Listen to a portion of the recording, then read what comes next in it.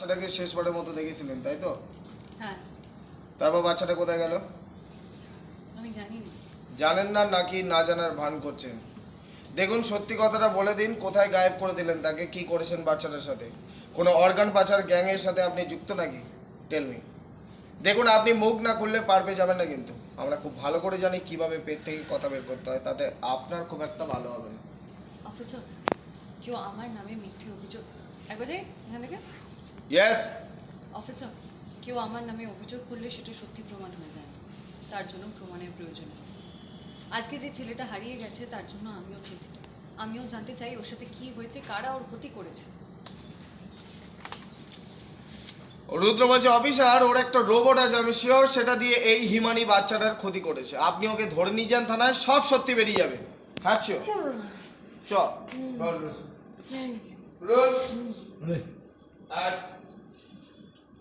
আপনি ওকে ধরে নিয়ে যান থানায়, সব সত্যি বেরিয়ে যাবে। অফিসার বলছে, হ্যাঁ রোবট দিয়ে বাচ্চার ক্ষতি করেছে? তো অবাক কাণ্ড। এখন অবশ্য টেকনোলজি এত উন্নত হয়েছে যে মানুষ এখন যন্ত্র দিয়ে অনেক খারাপ কাজ করছে। আর তাছাড়া গুরুমার যখন মেয়েটাকে সন্দেহ করছেন, তাহলে সেটাই ঠিক। হিমানি দেবী, আপনাকে একবার থানায় যেতে হবে।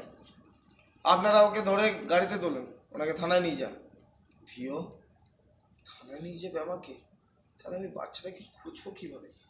বাচ্চাটাকে তো খুঁজে পেতে হবে। রুদ্র, তুমি তো আমাকে হেল্প করো একটু। দেখ, আকুল নিয়ে রুদ্রর দিকে তাকালি, রুদ্রর চোখে চোখ পড়ে দেখলি চোয়াল শক্ত, মুখ কঠিন, হোল্ড মোমেন্ট বিল্ডাপ, দু চোখে আকুলতা। ভিও, কিন্তু আমার রুদ্র বলে না, যে রুদ্র আমাকে সব বিপদের হাত থেকে রক্ষা করতো, সে আজ আমাকে এত বড় বিপদে পড়তে দেখেও কোনো কথা বলছে না। এই দেখলি রুদ্র মুখটা ঘুরিয়ে নিল, তো খারাপ লাগছে। 1 মিনিট অফিসার। হিমানি থানায় না নিয়ে গিয়ে এখানেই তো সবার জিজ্ঞাসাবাদ করতে পারেন। আমার ভক্তরাও জানুক আসল অপরাধীকে। অফিসার বলছে, সরি ম্যাডাম, সেটা সম্ভব নয়। ইনভেস্টিগেশন তো সবার সামনে করা যাবে না, আমাকে আলাদা করে ওনার সঙ্গে কথা বলতে হবে। আমাকে আলাদা করে ওনার সঙ্গে কথা